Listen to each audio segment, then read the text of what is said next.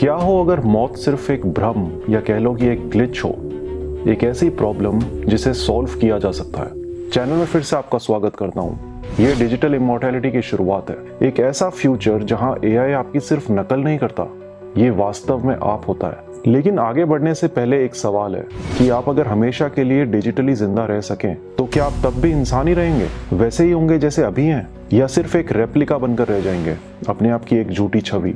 अब इस इम्पॉसिबल से लगने वाले नए फ्यूचर को समझने के लिए चलिए पहले कुछ सरल सवालों को समझने की कोशिश करते हैं। एंड फॉर श्योर इस वीडियो के एंड तक आपको समझ में आ जाएगा कि मैं किस बारे में बात कर रहा हूँ। तो पहले कॉन्सेप्ट से शुरू करते हैं, जो है माइंड अपलोडिंग। और मेरा मतलब है वास्तव में अपलोडिंग, जैसे डेटा अपलोड होता है। एक बार सोच कर देखो, एक दिन आप अपने दिमाग को कंप्यूटर में डालकर वहां स्टोर कर सकते हैं, एक डिजिटल दुनिया में जी सकते हैं, एक डिजिटल दुनिया में हमेशा के लिए मौजूद रह सकते हैं। सुनने में कोई साइंस फिक्शन स्टोरी लग रही है ना? ज्यादा टाइम तक नहीं लगेगी। लेकिन वास्तव में माइंड अपलोडिंग है क्या? इसे ठीक वैसे ही मानिए जैसे आपका दिमाग मिलियंस ऑफ न्यूरॉन्स का एक बहुत ही कॉम्प्लेक्स नेटवर्क है। छोटे छोटे इलेक्ट्रिकल स्विच जो आपकी सोच, यादें और पर्सनैलिटी को कंट्रोल करते हैं। माइंड अपलोडिंग का कॉन्सेप्ट है कि अगर हम इस पूरे नेटवर्क को कंप्यूटर में डिटेल में मैप आउट कर सकें तो कम से कम थ्योरेटिकली तो हम किसी इंसान की कॉन्शियसनेस को एक मशीन में ट्रांसफर कर सकते हैं। अब इसके पीछे के मेन प्रिंसिपल्स में से एक है WBE यानी होल ब्रेन इम्यूलेशन। आइडिया यह है कि दिमाग को एक्सेसिव एक्सपेंशन से स्कैन किया जाए, हर न्यूरॉन की नकल की जाए और आपका एक सचमुच डिजिटल कॉपी बनाया जाए। अब ये डिजिटल कॉपी आपसे कितना भी सिमिलर हो, यह आपकी तरह सोचता हो, आपकी तरह जवाब देता हो, आपकी तरह बोलता हो, लेकिन क्या वो वास्तव में आप हैं? इसका जवाब आज तो बड़ी आसानी से दिया जा सकता है, लेकिन शायद 10-15 साल बाद नहीं दे पाएंगे। हम अभी भी पूरी तरह से नहीं समझते कि कॉन्शियसनेस कैसे काम करती है। क्या ये सिर्फ दिमाग के कुछ कनेक्शन से आती है, या हमारी आत्मा वास्तव में एक गहरा रोल प्ले करती है जिसे साइंस बिल्कुल भी नहीं समझता। चलो ये तो हुआ माइंड अपलोडिंग, लेकिन तब क्या हो अगर आपके दिमाग को अपलोड करने के बजाय आपका एक डिजिटल AI वर्जन बनाने का तरीका हो, जो ना केवल आपकी तरह बात करता है, देखता है और सोचता है, बल्कि आपकी लाइफ के मोमेंट्स को भी याद रखता है। माइंड अपलोडिंग की तरह हर न्यूरॉन को स्कैन करने के बजाय ये डिजिटल वर्जन इंडिविजुअल डेटा पर ट्रेन डीप लर्निंग मॉडल पर निर्भर करता है, जैसे आपके टेक्स्ट, वॉइस रिकॉर्डिंग्स, मेमोरीज और ऑनलाइन इंटरेक्शंस। और इस सब का रिजल्ट एक हाइपर रियलिस्टिक AI अवतार। GPT जैसे लैंग्वेज मॉडल्स आपकी स्टाइल में टेक्स्ट जनरेट कर सकते हैं और डीप फेक से चेहरे के हाव भावों को नकल की जा सकती है। फिर ऐसे प्रोजेक्ट्स हैं जैसे प्रोजेक्ट डिसम्बर, जो लिटरली पास्ट कॉन्वर्सेशंस के बेसिस पर मर चुके लोगों के AI चैटबॉट वर्जन्स बना चुके हैं। सोचिए कल कोई चला गया हो, बट AI की मदद से आप उनकी आवाज और पर्सनैलिटी के साथ फिर से इंटरेक्ट कर सकते हो। मैं टेक्नोलॉजी के खिलाफ नहीं हूँ, लेकिन जब ये आपके लिए रियलिटी को धुंधला करने लगे तब ये सोचने वाली बात बन जाती है। आज की तारीख में AI ट्रू सेल्फ अवेयरनेस से तो बहुत दूर है।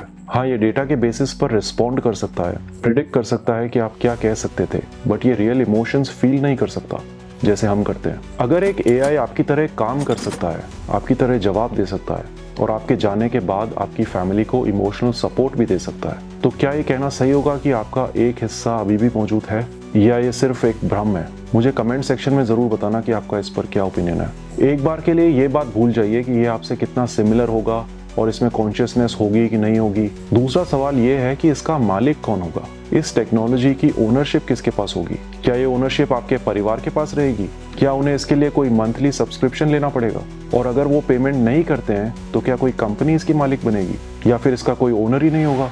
क्या सिर्फ आपके करीबी लोग ही आपसे बात करने में सक्षम होंगे, या क्या कंपनियां भी आपके इस डिजिटल क्लोन का उपयोग कर सकती हैं, आपकी आवाज, चेहरा और पर्सनैलिटी का बिना आपकी सहमति के एडवर्टाइजमेंट्स या एंटरटेनमेंट के लिए उपयोग कर सकती हैं? क्योंकि ये बात भूलनी नहीं चाहिए कि उस वक्त आप वहां मौजूद नहीं होंगे, एटलीस्ट रियल में तो नहीं। आपने शिप ऑफ थीसियस के बारे में सुना होगा। अगर आप एक जहाज के हर एक हिस्से को एक एक करके बदल देते हैं तो क्या ये अब भी वही जहाज है? अब इसे अपने आप पर अप्लाई करें। अगर एक AI आपके बारे में सब कुछ एग्जैक्ट सेम बनाता है, लेकिन आपका एक्सपीरियंस गायब हो जाता है, तो क्या ये अभी भी आप हैं? पर एक बात तो पक्की है, AI कंट्रोल डिजिटल सोल्स उस तरीके को बदल सकते हैं जिस तरह से हम अपने परिवार वालों को याद करते हैं और जो जा चुके हैं उनका शोक मनाते हैं।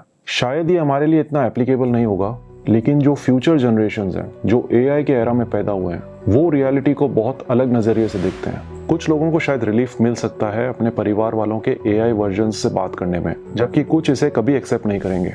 चलो अभी के लिए एक ऐसी टेक्नोलॉजी जो आपको वास्तव में अमर बना सके मौजूद नहीं है, पर ये उन लोगों के दिमाग में मौजूद हो सकती है जो डिजिटल इमॉर्टैलिटी पर विश्वास करते हैं। और ये विश्वास डेंजरस है। ये जानकर कि आप कभी सच में नहीं मरेंगे, आपका एक डिजिटल रूप हमेशा के लिए जीवित रह सकता है, क्या ये आपके जीवन जीने के तरीके को बदल देगा? क्या आप ज्यादा लापरवाही से जिएंगे ये जानकर कि आपका एक काइंड ऑफ बैकअप है? या क्या आपको लगता है कि इमॉर्टैलिटी खुद ही एक बोझ बन जाएगी, एक इटर्नल समय जिसमें आप दुनिया को बदलते हुए देखेंगे, जबकि आप खुद एक कोड में फंसे रहेंगे, एक सॉफ्टवेयर में? मुझे नहीं लगता कि हमारे दिमाग इटर्निटी के लिए बने हैं, क्योंकि हमारा दिमाग फिजिकली इतना डेटा हैंडल ही नहीं कर सकता। तो अगर डिजिटल इमॉर्टैलिटी कभी रियल बन जाती है तो ये सब कुछ बदल सकती है, हमारी इच्छाएं, हमारे डर, हमारे दिमाग, और इवन इवेंचुअली ये भी कि इंसान होने का मतलब क्या है। अभी के लिए एआई में सिर्फ कॉन्शियसनेस की कमी है। आप अपने हर पॉसिबल तरीके से एक डिजिटल क्लोन बना सकते हैं, सिर्फ एक लिमिटेशन के साथ कि इसमें आपकी कॉन्शियसनेस नहीं हो सकती। और इसी से हम अपने अगले टॉपिक की तरफ बढ़ते हैं, जो है ट्रांसह्यूमैनिज्म, एक ऐसी टेक्नोलॉजी जो हमें लाइफ साइंसेस से बहुत आगे ले जा सकती है, एक पोस्ट ह्यूमन एग्जिस्टेंस। इमेजिन कि थॉट्स को तुरंत सॉल्व करना, सब कुछ एक ही बार में जानना। मैं नहीं कहूंगा कि ये हमें और ज्यादा इंटेलिजेंट बनाएगा या नहीं, लेकिन डेंजरस यहाँ बहुत ही नाइव सा वर्ड लगता है। कॉन्शियसनेस किसी भी और लाइफ फॉर्म में हमारे जितनी डेवलप नहीं है, लेकिन क्या हो कि अगर एआई जो किसी भी ह्यूमन से ज्यादा स्मार्ट है किसी दिन कॉन्शियसनेस का सीक्रेट भी खोल दे। और इसी के साथ बात करते हैं आज के वीडियो के फाइनल कॉन्सेप्ट के बारे में, जो है टेक्नोलॉजिकल सिंगुलैरिटी। एक ऐसा पॉइंट जहां एआई इतना एडवांस्ड हो जाता है कि ये रियलिटी को ही नया मीनिंग दे देता है। और एक बार ऐसा होने लग गया तो क्या एक सुपर इंटेलिजेंट एआई ये फिगर आउट कर सकता है कि ह्यूमन कॉन्शियसनेस को अपलोड कैसे किया जाए? इमेजिन अपने दिमाग को एक डिजिटल वर्ल्ड में ट्रांसफर करना, जहां आप कभी भी बूढ़े नहीं होंगे, बीमार नहीं होंगे, यहाँ तक कि मरेंगे भी नहीं। क्या यही होगा ह्यूमैनिटी का ग्रेटेस्ट ब्रेक थ्रू? क्या होगा अगर फ्यूचर का एआई ना सिर्फ ह्यूमंस के दिमाग को प्रिजर्व कर सके, बल्कि उसे और ज्यादा इवॉल्व भी कर सके? एक ऐसा डिजिटल एग्जिस्टेंस जहां इंटेलिजेंस की कोई लिमिट ही ना हो, काइंड ऑफ अ यूटोपिया जहां ह्यूमैनिटी और एआई आपस में मर्ज करते हों। लेकिन फिर इन सबको कंट्रोल कौन करेगा? क्या ये बड़े कॉर्पोरेट्स और गवर्नमेंट्स होंगे, या एआई इतना एडवांस्ड हो जाएगा कि ये उन्हें भी पीछे हटा देगा? जैसे एआई हर दिन पहले से ज्यादा स्मार्ट होता जा रहा है, ये सवाल अब सिर्फ साइंस फिक्शन नहीं है। क्या होगा जब मशीन्स और ह्यूमंस एक हो जाएंगे?